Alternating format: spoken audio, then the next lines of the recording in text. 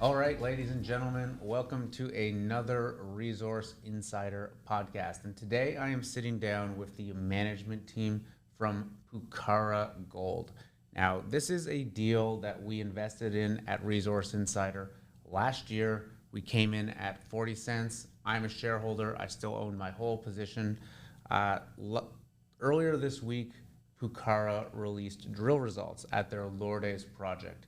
Now, these came back promising, but not what the market was expecting. The share price got hit substantially. It's down approximately 50% since those results came out. And what we're doing today is we're sitting down with the VPX and the CEO of the company to really try to get an understanding of what these results mean, where they sit in, I guess, the bigger picture in context for Pucara and the future of the company and the future of the Lourdes project. So we're going to talk about all of that today and try to give shareholders and potential shareholders a better understanding of where this company sits and whether it makes sense for you to be an investor. So without further ado, let's meet the management team. Gents, thank you very much for taking the time today. Steve, the CEO, thank you for sitting down. And Ken, VPX, thanks for joining us as well. Good morning, Jamie. Thank you. Good morning, Jamie. Yeah, I'm Steve Zuker, the CEO. All right, guys. Well, I think we should just get right into it. Clearly, we've been talking together, and we've been investors in this project for a long time. I think, Steve, we got to know each other over a year ago now, and we were looking at this project.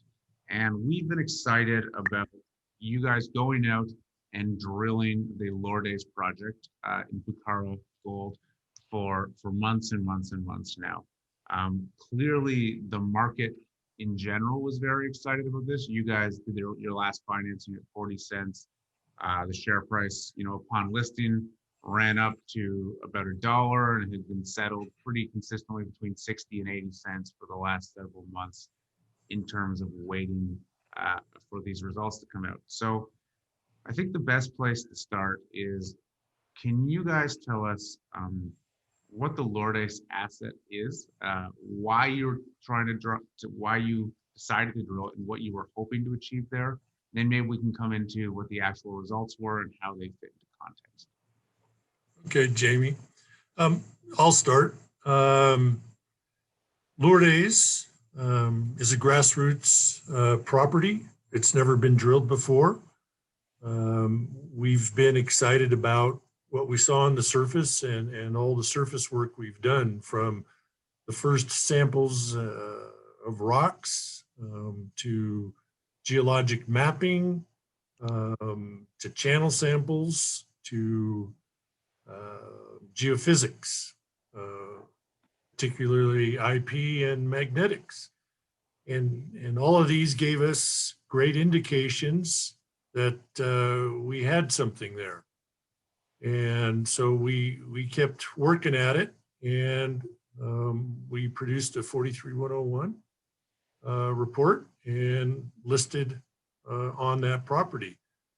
And we finally got some drill holes into this first virgin property, maiden kind of drilling. And we learned a lot of stuff there. Mainly directions to go on this large property. We hit some smoke, 20 meters of a quarter gram on a couple of holes, and anomalous gold in others, and pathfinders. It's a big piece of property and a pretty dynamic system. There's multiple systems at play here, and we've always internally been saying, well, which one of these diatremes or hydrothermal systems is the one carrying gold? And so that's where we're at now on Lourdes. Ken will talk a little bit about that, and then we've got 8 other properties in the fold that are moving forward, that add value to the rest of the company that we've hardly talked about, and those are always been there and been in the background, but Lourdes kind of took the attention during the going public phase. So yeah, gives you a little bit of background. Yeah, guys, I think what I'd like to achieve in this conversation is threefold. So, one, I'd like to understand what the results are, what they mean. Two, I'd like to understand what does success look like at Lourdes and these type of projects in general. What are you trying to achieve, and what are good results? And three, what does this mean for the future of the Lourdes project and, of course, Pucara more generally? Is Lourdes dead? Is it time to move on to something else? Is it just getting started? I'd like to get into all of that over the next few minutes. So, Ken, perhaps you can very quickly walk us through what the results came back as, and how does this compare to what you were expecting or hoping for, and give us an idea of what it means with respect to these type of deposits, these high sulfidization epithermal projects. Hey, Jamie, the Lordies project area is a large area, 6 to 8 square kilometers of intense alteration. It's a complicated system. We relied on our geophysics, surface mapping, and geochemistry to define 9 different target areas. We selected 5 of those for drill testing in the first phase, what we thought were the most promising based on the data we had. And we essentially broke it down into 2 separate areas for allocating the drill meterage. The west area, the Heopata area, and the east area, the Chukiani de Ayani area. The approach was somewhat different in each area because based on the geology. I'll talk first about the Chukiani Pachahueco area off on the east side. We had an interpretation of 2 structural zones, or essentially linear subvertical zones of gold mineralization. We had outcropping gold mineralization we identified in surface sampling, and we treated those as separate zones. What the drilling found was that it appears to be one very large system that's continuous. It may be broken up by some minor faults, but the alteration that we hit in the drill holes, the favorable rock for the gold mineralization, was continuous. Within that, we hit 2 to 3 significant for us, and especially with respect to the Mayo mine, gold intercepts.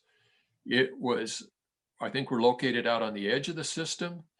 3 of the intercepts are continuous and in different directions, and sort of a sub-horizontal zone of gold mineralization that's open to the west and to the north.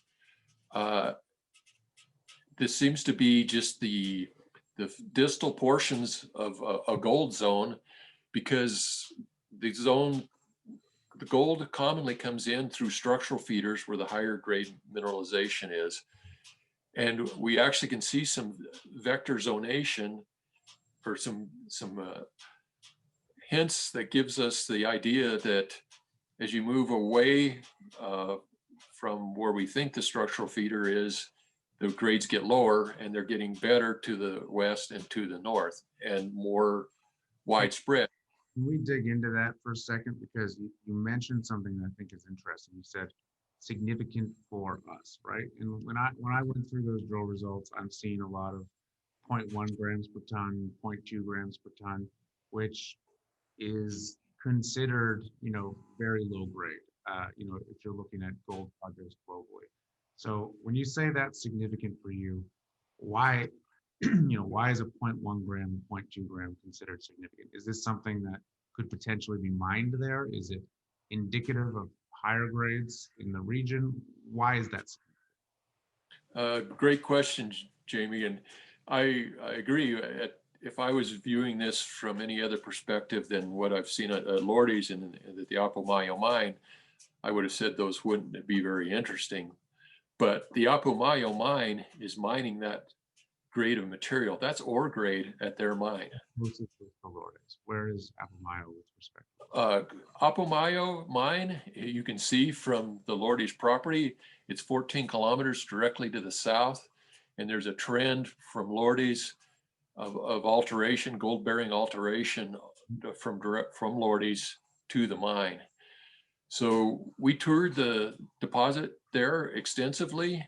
They're mining the same type of material that we found in the drilling, and it is outcropping at Lordies.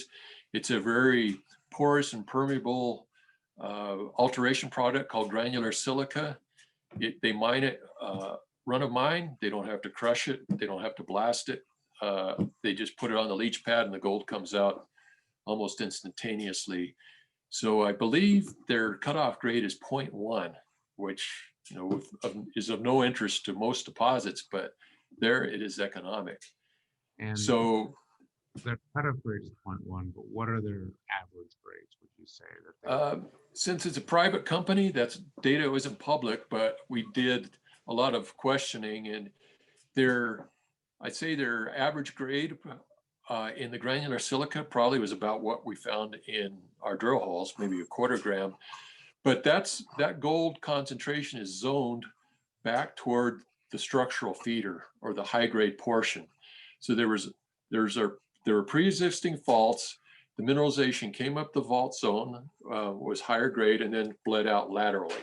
So if I can, when you say it's zoned toward, so the outer areas would be lower grade, and then as you approach them, it gets sort of higher and higher and higher. Exactly. So their higher grade material was probably 2 to 3 grams with some higher grade material within that. So what you're finding, I mean, obviously you can't know this for certain yet, but could this be the smoke that points you in the right direction to find this higher grade? I mean, yes, high grade is very relative here if it's 0.25 grams, but is it what could point you into that direction? So that's exactly the case, Jamie. If it had just been one intercept, I might not have been too interested, but we've got 3 intercepts now into this zone, and it appears continuous. And they're not just random intercepts. The gold had to come from somewhere. And the thing about these flat-lying units is the gold spreads out laterally. So it has to come from somewhere. And the only vector or direction indicator we have for this mineralization is to the west and to the north. And if you look at that, to the one section we published in the press release, you can see that the gold interval in the hole to the west is much broader than the one to the east. So right away, there's an obvious directional indicator there. And that's what you mean by vector. It's sort of vector. Yes. It's a direction to go to. So again, it's I like the smoke analogy. This is the lateral fluid. These are the lateral fluids that spread out from somewhere. And based on our geologic mapping, it's probably a northeast structural trend heading toward and our drilling data, toward the Pachahueco diatreme. Okay. So, we invested in this last year. Many of my members invested alongside me. To see a share price, and Steve, this question's probably for you, but to see a stock trading 60, 70 cents pretty consistently, release its first batch of drill results, and get cut in half, the first minute that it's trading, that's not a good sign. That's not something investors want to be seeing. We saw, obviously we're seeing the market react very negatively to these results, but most of the market is not made up of geologists who are familiar with high sulfidization epithermal projects in Peru. So when you guys were getting this, was it looked upon as a disaster and this is, not what we were looking for at all? Or were you looking at it as this is promising material? Where did you fall in terms of your optimism and I guess I guess the word I'm looking for is, I guess, faith in the project. Yeah.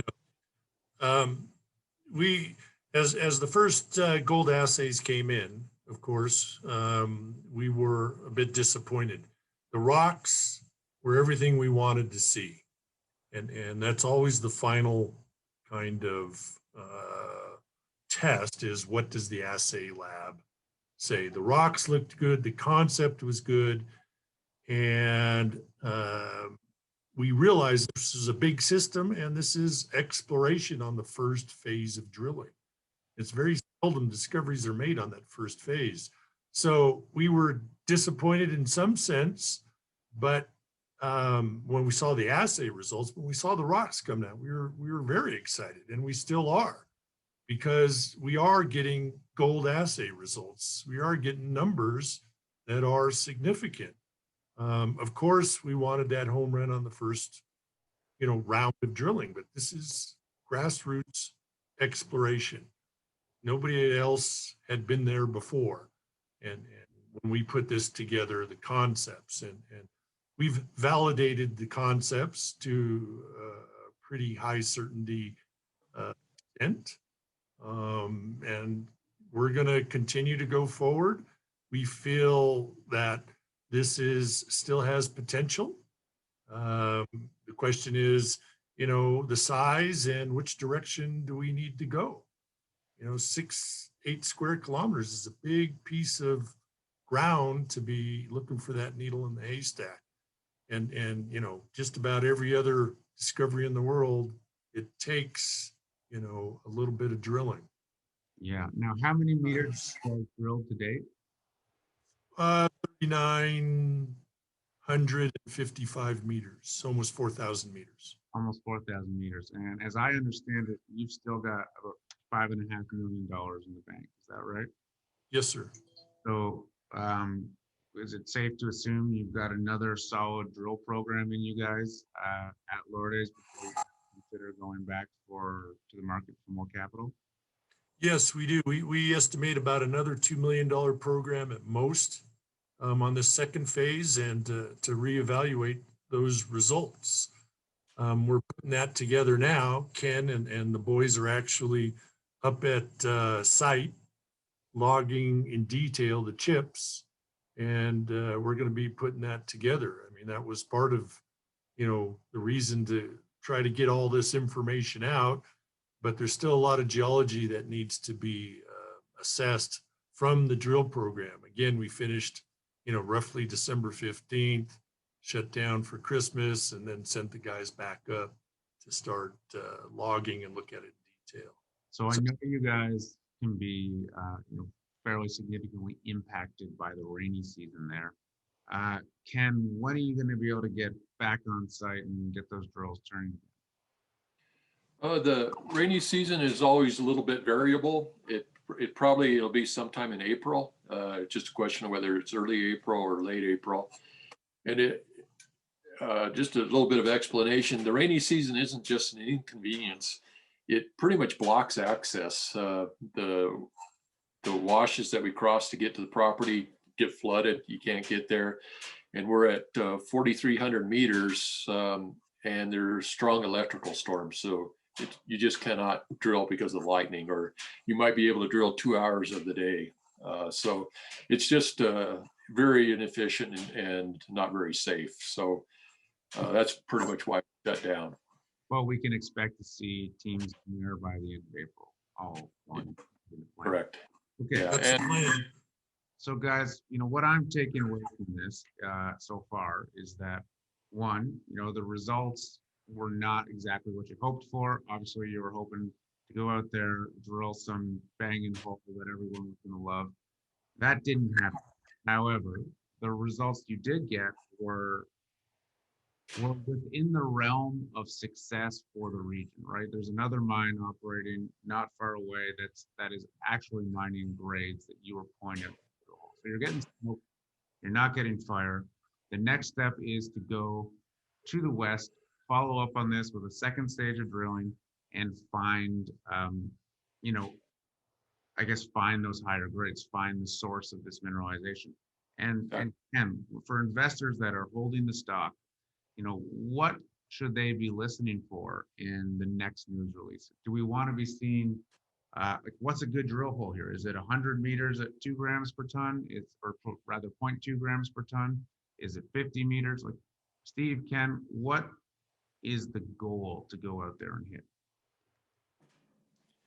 I'll go ahead and jump in on that one, Steve, and you can add what you'd like. But we are looking for the structural feeder, very similar to what defines the deposits at Mayo. So, yeah, I want to hit 1 to 2 to 3 gram material there, and I think that's entirely permissible. I'd love to get 50 meters of 1 to 2 gram material. I think it's entirely possible. It's not outside of the realm of possibility. And I think the Mayo model is extremely valid there, and we still have quite an area to explore to locate that.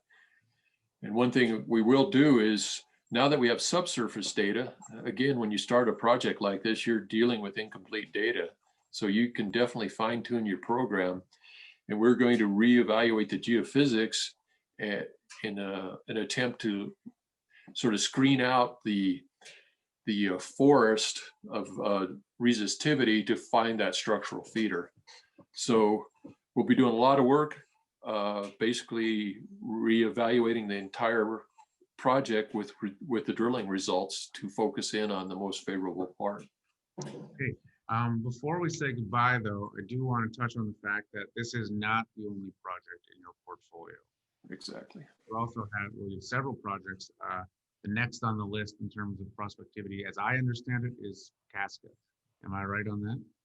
Yeah, that's correct, Pucara. And it's another high sulfidation system further to the north in the same trend of rocks, and looks very exciting. And there's also, it's been eroded a little deeper, which means there's some copper potential involved with it. So that's something that we're considering and looking at. So gold, copper project, and that's the most advanced, and we're permitting it now and hope to have those permits completed and drilling later this year. All right. And I do know that, permitting in Peru can be a bit of an uphill battle, or at least a slow battle. You say you're going to be able to drill later this year, hopefully. Is there anything you can do in the meantime? I think I've heard one of you mention potentially trenching there in the interim. Is that possible? Yes. The laws changed last year in Peru, which allows trenching, mechanical trenching, without the drill permit in hand before it was necessary. And so when the rainy season ceases, again, April-ish, we plan to do some more work on our properties, Pucara and possibly even Kayla. I mean, we've got trenches planned for Lourdes if needed, but those are all tools that we want to keep available to us going forward. So we'll be doing some of that as we're advancing the drill permitting at Pucara. So yeah, look to see some of those results coming out probably in about 3-4 months. Jamie, I wanted to talk a little bit about the distinction between Lordies and Pucara and why we're excited about Pucara. These high sulfidation systems are zoned vertically, so they change fairly radically from top to bottom. So the tops are commonly barren. They have no gold mineralization. There's a distinct gold mineralized unit. And then with depth, they trend into the gold goes down and copper picks up. Lordies, without a doubt, is at the top of the system. So we knew that a lot of the alteration we were seeing up high was going to be barren. And we were exploring the deeper levels or the lower elevation portions for the gold mineralization. And it's exactly what we found. We're just starting to identify and work on that gold level. Pucara is quite a bit different. It's been more deeply eroded so that the upper barren portion is gone. It was eroded away. So we have outcropping gold mineralization at the surface. And it's not just low grade, it's 3 to 5 gram material. And it's in the vuggy silica portion. It's a completely different alteration type than what we find at the surface at Lourdes. It's down deeper in the system. And it's closer to what we found at depth in some of the drill holes at Lourdes.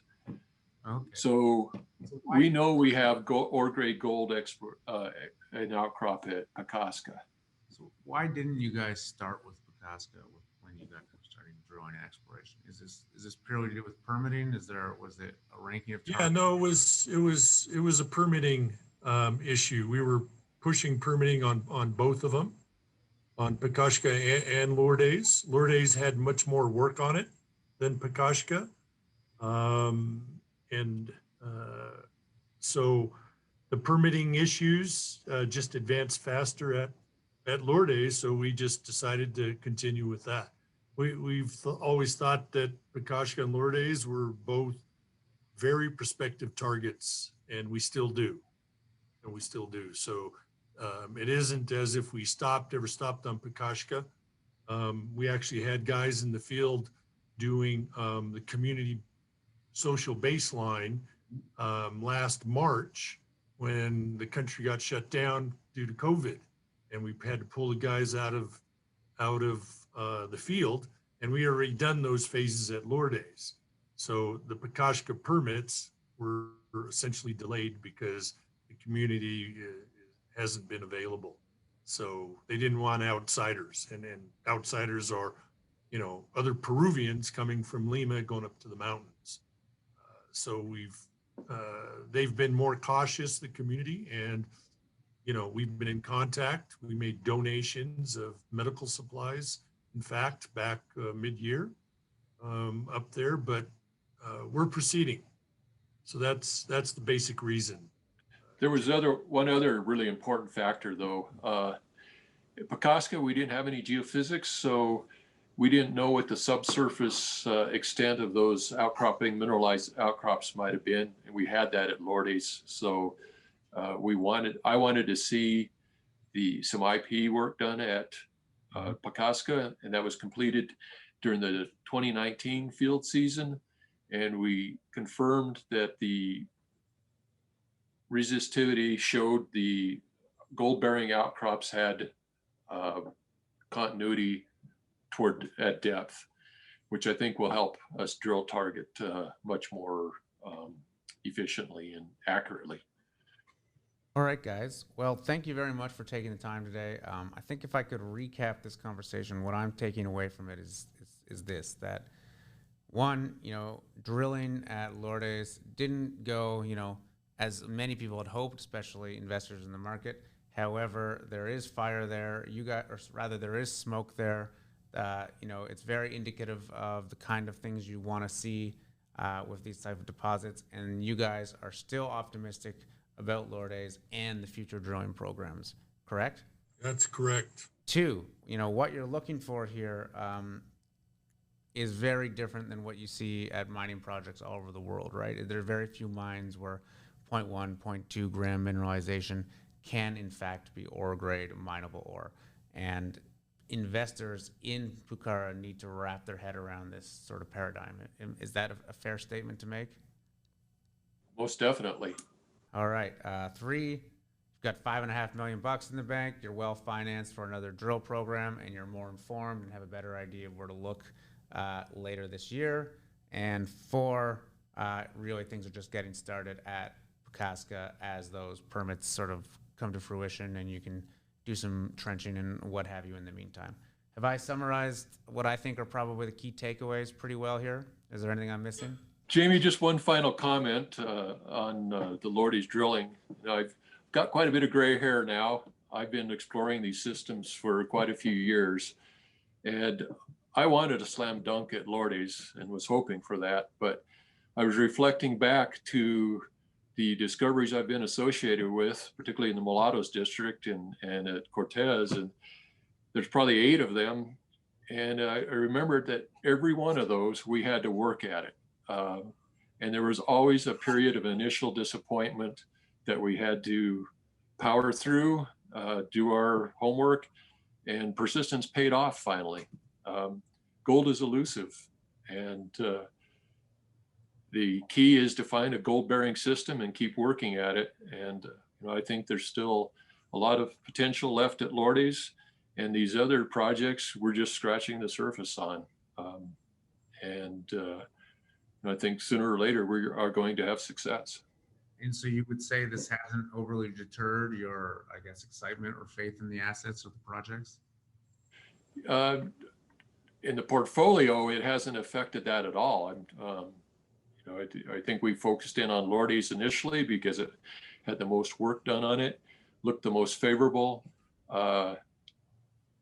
Again, we'd like to have hit on the first time, and I am really encouraged by what we found over on the eastern side and those intercepts. It is smoke leading us or pointing us in a direction of a potential deposit. The other projects we haven't talked about much, but they have just as much potential, if not more. And the strength of the outcropping gold mineralization at Pakaska is very significant. All right. And then the other systems are just as large, some better geochemistry. They just are at very early stage. So there's a pretty exciting portfolio of projects, but we just haven't got to exploring them to the extent we have at Lordies.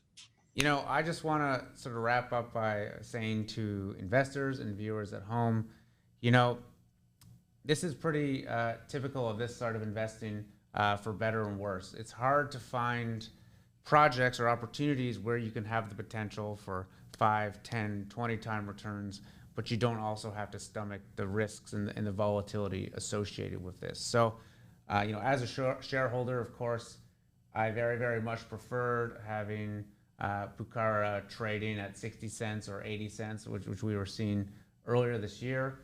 However, as an investor, I know that this is kind of part of the game, and I position myself accordingly so that I can stomach the losses but still have exposure to those wins. So I'll be following Pucara very, very closely over the coming months.